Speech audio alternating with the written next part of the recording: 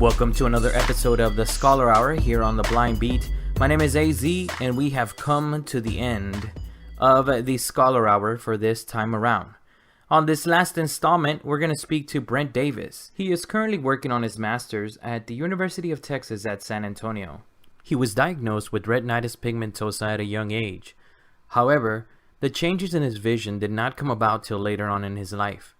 Throughout this interview, he talks about how impactful it was for him to accept his eye condition and how this allowed him to focus on bettering his personal situation. Without further delay, here's the interview with Brent Davis.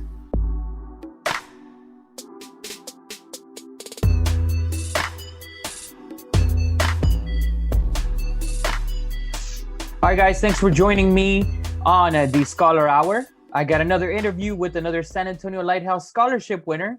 We're joined by Brent Davis. How you doing, Brent? Doing pretty good today. How about yourself? I'm doing good, man. Thank you for joining us today. So you're just wrapping up your semester, aren't you? You were just telling me? Yes. I'm actually, my class is finished about 2 weeks ago when I turned in my final assignments, but I'm also a TA for 3 classes. So I help teach 3 classes here at the university. Nice. And what university are you at? University of Texas at San Antonio, here in San Antonio. Awesome. What is your eye condition? Well, for now, I guess not for now. Since I was 15, I've known that I've had retinitis pigmentosa.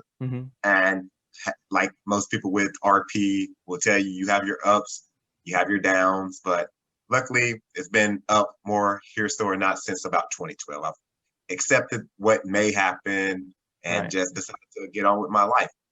This would not be the first time I went through college. I actually graduated in 2009 from high school, and I went to Illinois for college, couldn't afford it, came back home, and then that's when my eye condition started worsening. I was working as a custodian, but going as a full-time student. Neither one worked out, so I ended up failing out of college and, ended up homeless at one point, and after getting some help with some friends, just decided that, it's time to accept that I'm losing my vision and go plan ahead. And luckily, Waco had good counselors. I'd like to thank Miss Deborah D'Annunzio, Miss Cindy, who got me out of my funk and managed to get me to college prep at Chris Cole back in 2014. I liked it. And then they got me into the general courses at the Blonde Rehab facility there. And it's been shining ever since 2015. I've been in school, redid all my classes, got better grades, graduated a couple years ago, and I'm in grad school now. And that's going great. into my last year. What are you currently studying? Right now, I am a history major, and I have 2 fields of study. One is in Chinese history. I'm really impressed with that, been impressed with culture for, how did you get a dynastic reign for over 2,000 years? And then also, I'm recently getting more into African American history, especially with everything that's been happening in the country, and kind of figure out where was some of this starting at, when did slavery really go from being indentured servants and et cetera, and just trying to pinpoint 2 different fields completely. But they kind of, at the end of the day, I'm going to see if I can see how that plays into American history for the modern day. Right. So when were you diagnosed with RP? So just to let you know, I also have RP. I was diagnosed when I was 2. So it's always different as to when we start noticing the issues with the sight. So when were you diagnosed with RP? See, that's the funny thing. I got night blindness when I was 10. So we kind of knew probably at 5 as well that there was something wrong with me. All of a sudden I needed glasses when I had perfect vision, the night blindness at 10, but I wasn't really diagnosed until about 15 years old. That's when I was officially diagnosed with RP. To say that's a shock when a doctor comes up to you and say, you'll be blind by 40 or 50, that you don't tell that to a 15-year-old kid who's kind of flying high a little bit. Yeah, that's right there in high school time. Trying to learn how to drive a car, you're going through high school, and then that bombshell just kills you. When you were diagnosed, since you were in school, was there any VI services that came about? Did you get a VI teacher? Did you start using any assistive technology or anything like that? I didn't, and partially because, one, I just didn't understand what RP really was. I didn't really take interest in it after I was kind of, I guess it took me until I was even 21 or 22 before I even started really caring about it. when it started to affect me more. But I had a teacher who tried to help because obviously he realized he didn't know what was going on, but he realized something was going on that I couldn't see well. But you know how it is when you're 15 years old. You don't want to use anything that's going to make you look uncool, which is something I regret not doing now. I probably would have made better grades in high school had I took some of those advices from him. But Right. you get a hold of it eventually once you kind of lose that whole, I don't care what other people think. I need to work on myself. So it's like 22 after high school. With the vision that you had, you were able to still get around pretty well and to complete all your Right. tasks and everything. See, my visual acuity is actually pretty well. I see a 20/70, but I only have about 15 degrees of vision. So luckily for the past few years, I've been stable at that. But I'm pretty active. I lift weights. I ran 20 miles before I even got on this conversation. So I still try to stay active. I still try to do everything, but I figured out how to work a computer blindfolded. Obviously everything's going to dark mode on technology nowadays, which helps a lot. You don't have to constantly switch that on your phone. Yeah. So that makes it a little bit easier. But for me personally, it hasn't really hindered me other than, the occasional you roll your ankle because you stepped on a crack the wrong way or you stepped on the sidewalk the wrong way. Yeah. There's Or always that death perception for me growing up, man. I never knew when a sidewalk ended, you know? it gets worse when you go running too, because especially if they don't have the little white line at the edge, you got to kind of take it slow if the sun hits it the wrong way because the side of the road may be the same color as the dirt. And I've rolled my ankle a few times, misstepping on that too. So I'm always every month or two, you're kind of expecting a couple days out through a slight knock that you get on from an injury or something like that. Running into tables and Yeah. so on and so forth. It happens. Tell me about going to Chris Cole. That is a big step to take because you go from like, well, I can do this to saying I'm going to go and get that rehabilitation training. It's a big step. How was that for you? It was a big step. I think luckily for me, I was 24 when I went. So it was a much easier adjusting period because you kind of had the failure of college, but you knew you wanted to go back. You kind of already knew that certain jobs weren't going to be for you. So it kind of gave you that straight focus compared to maybe if you went at 18 or 19 where you're not entirely sure what you want to do just yet.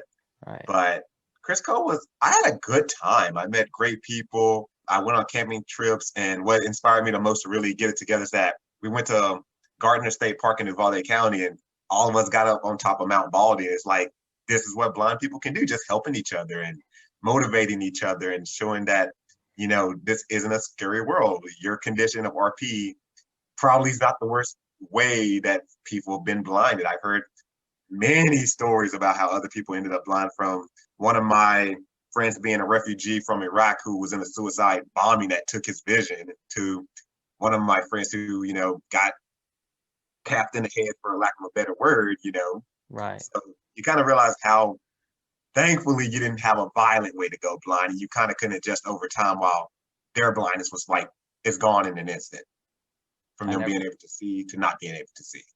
So you can kind of adjust while other people never had that opportunity. So at Chris Cole, which class did you feel was the one that was most challenging? I think for me, it had to be, I don't even think I had a challenging class, to be honest.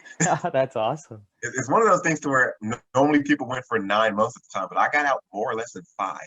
Oh, wow. But I think it also just shows you, if you focus on it, you can get it done. I was done with orientation and mobility within 6 weeks. Oh, And man, that's I was good. a technology person to begin with anyway, so technology wasn't really that hard. I guess the hard thing was just going from 8 o'clock in the morning to like 5 in the evening, like a regular day job, and I wasn't used to that after being a student and going through the depression and not working for a few years, other than maybe at my friend's farm in the countryside. But that wasn't something that was such a strict, rigid thing. I'm not a person that likes rigid structured schedules. I like to be around, which is why I'm trying to get a PhD and be a professor. You kind of make your own schedule as you go. So that's what you want to do with your studies? You want to be a teacher? Eventually, yes. I might take a couple gap years and go abroad to teach, go to Taiwan probably to finish learning Mandarin Chinese. I know quite a bit, but I want to get better at that.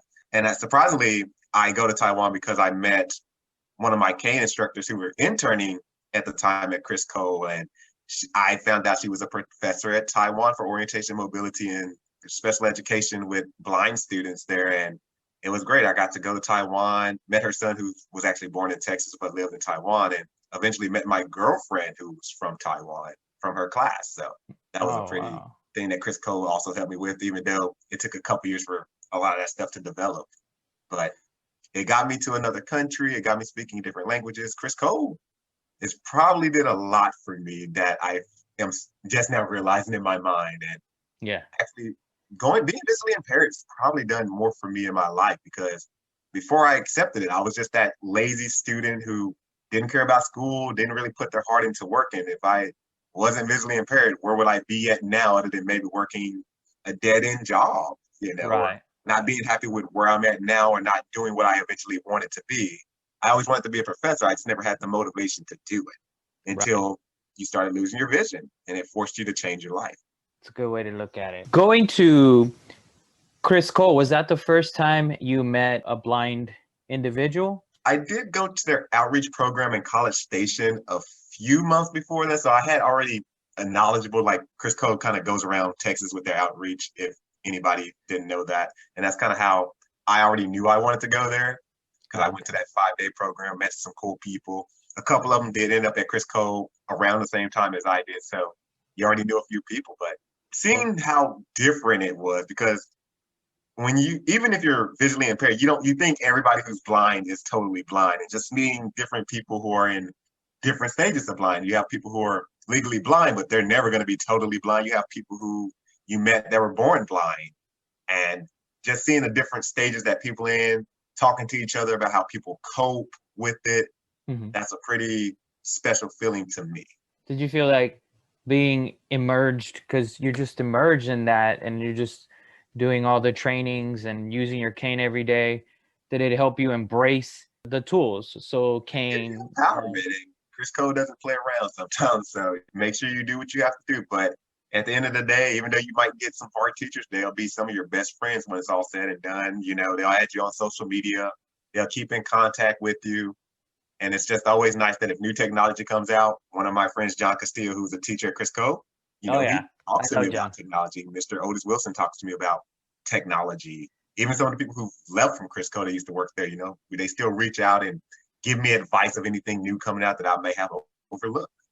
That's So that's awesome. still helping me 6 years after I left. Exactly, that community, and it continues on after the training is done there. How did you find out about the San Antonio Lighthouse Scholarship? I actually got sent to it. So I've talked to Mr. Vince Boyd before. He's really good friends with my counselor back in Waco. And, I've been there numerous times to visit with people. I still need to get to some of the functions, but school kind of keeps me bogged down with grading papers and teaching, and then doing my own classes and having 28 books to read this semester.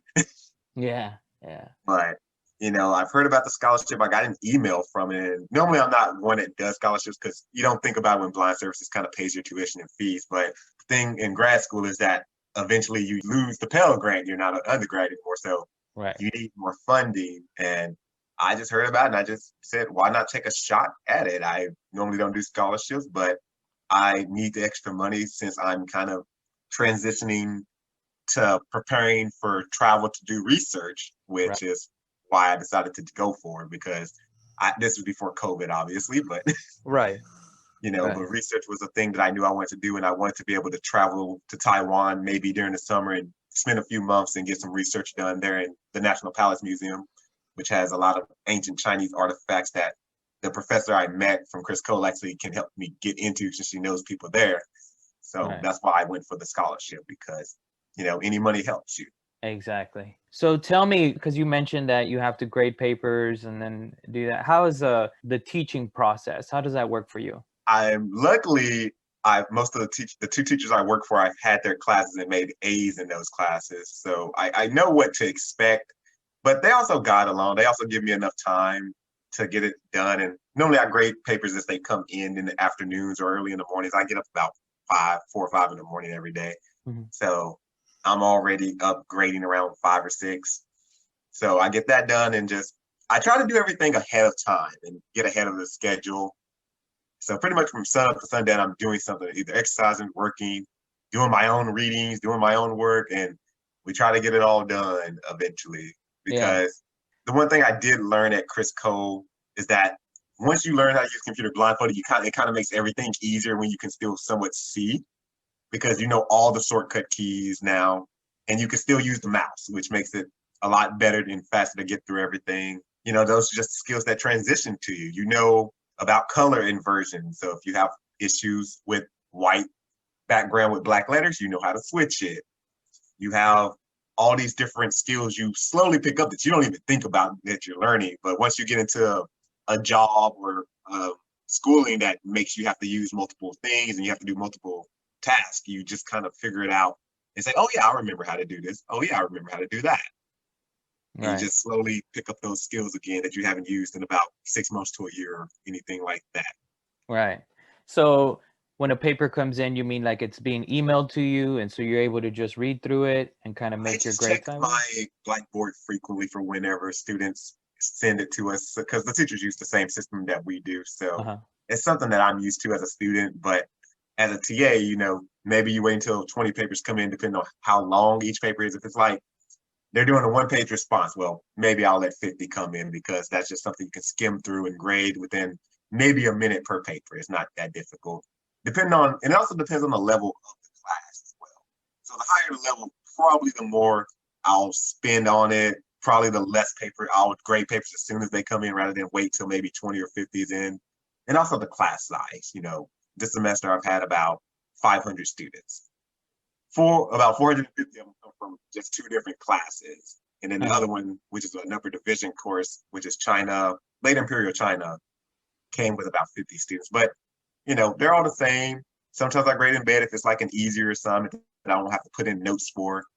And you just make time for yourself, your friends, and people, and you make time for your work. It's not as hard as a part-time 20-hour-a-week job where really I only work 10 to 15 hours because you're so organized with what you do.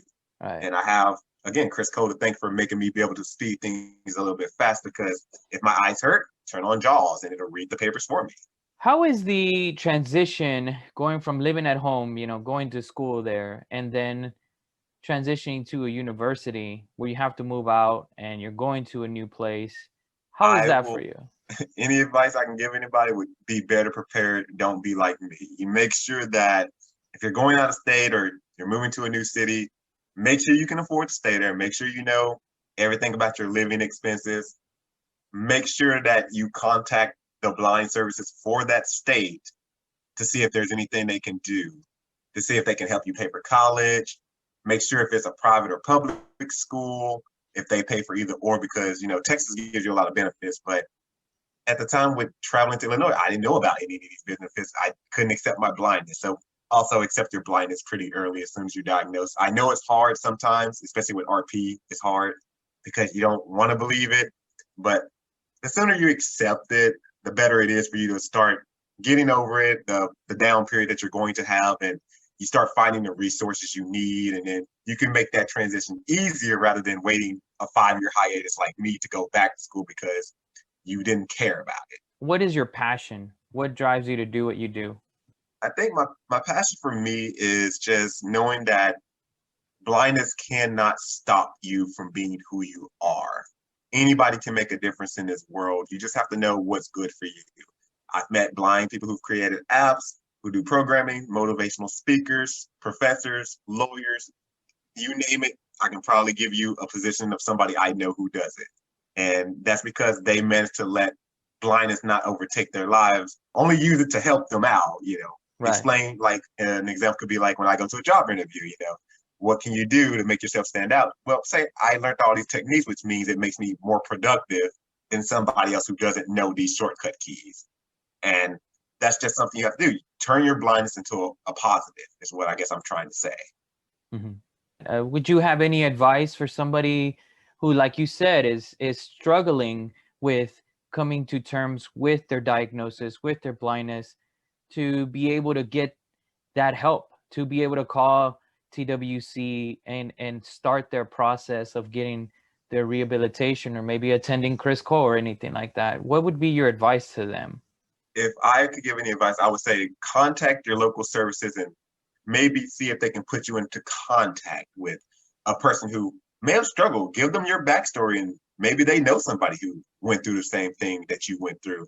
and made their life a success, made their life better, and let that give you an opportunity to see, hey, if I stick through the course, if I work hard, I can be that person that goes through, and I can inspire somebody else in the future who is still struggling with the blindness. But the quickest thing I can say is that it will be a hard road. It took me years to get over it, but take other visually impaired people's advice and say, hey, the quicker you get over that, the better you'll get through the sadness, the more opportunities you get to meet other visually impaired people. Because when you're visually impaired yourself, you think you're the only one in the world.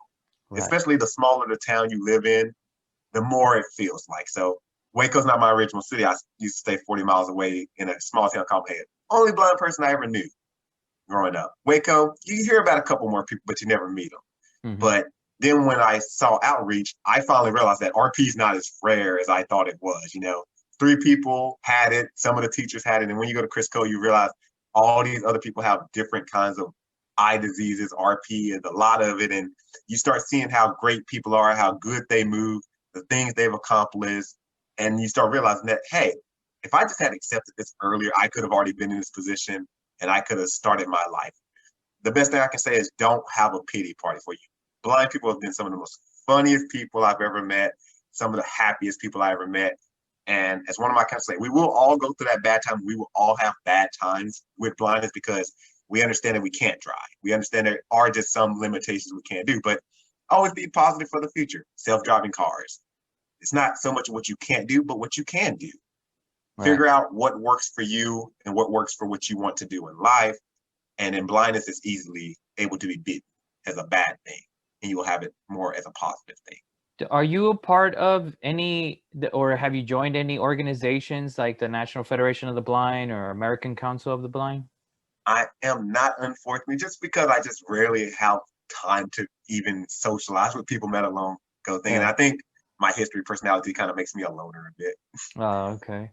I still contact people I went to Chris Cole with, but I'm pretty sure even they can tell you it's one of those once a month kind of things, like, how are you doing? Yeah. But my best thing is also don't be like me with that. Reach out to your friend and stay in contact with them. Don't let life bog you down too much. Right. Even that much as I just turned 30, and I can tell you now, I kind of wish that I went out more with some of my friends when I was at Chris Cole rather than stick to myself. I wish I went bowling with them, went to the movie theaters with them, Mm-hmm. I don't drink alcohol, but even just going to the bar and hanging with them and just letting them do what they want to and just chatting them would have been fun things to do that I wish I did when I was there. So Make friends as well. Do what you can to make friends who are like you, because you never know where you're going to need their help to either move in with them or find a job in that area or get settled somewhere. You never really know. Or if they get in a high position, like one of my friends from Austin actually is in tourism and is a manager of a hotel. So wow, you never know when you might need a place to stay and they can help you out. Right. So with the visual impairment, travel is not easy, and that could bring on a level of nervousness as far as to where am I going to go? How do I get from one place to another in a place that I've never been to before? So you're talking about traveling a lot. How are you motivated to do that? And because you seem like I'm going to do this. This is part of the study. Part of my work is going to be this travel and getting to experience these places. And how do you get to that point, I think it's just being comfortable. Don't get me wrong. I still get nervous. Like when me and my girlfriend goes to a night market in Taiwan and she doesn't want me to bring my cane, even though she went through training herself. She's not visually impaired, but she's been through the training since her professor taught her this stuff because she's in special education. And it's just like, it's nerve-wracking when you have thousands of people on one street. But my thing about traveling is that be smart about it, plan early.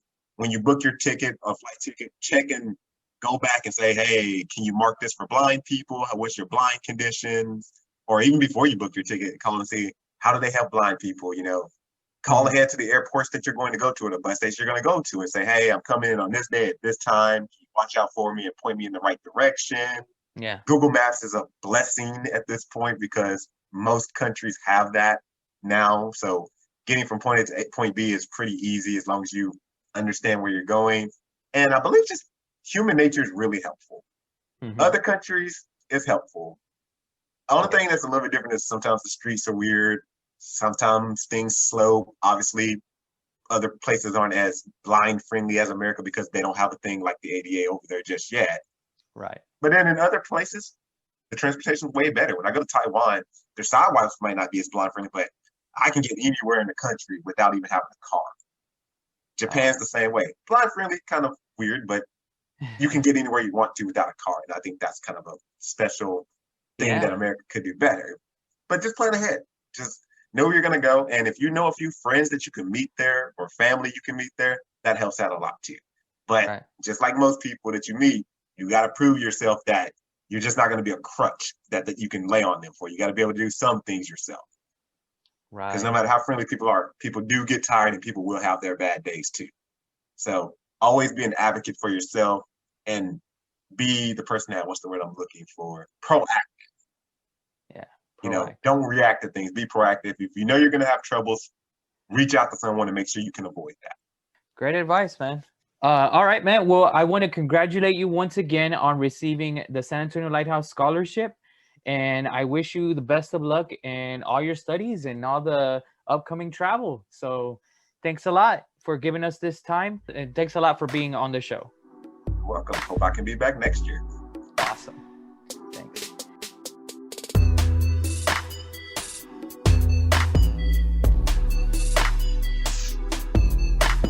The Emma Freeman College Scholarship Fund was established by the San Antonio Lighthouse in 1970 to afford blind or visually impaired students the opportunity to obtain a college education.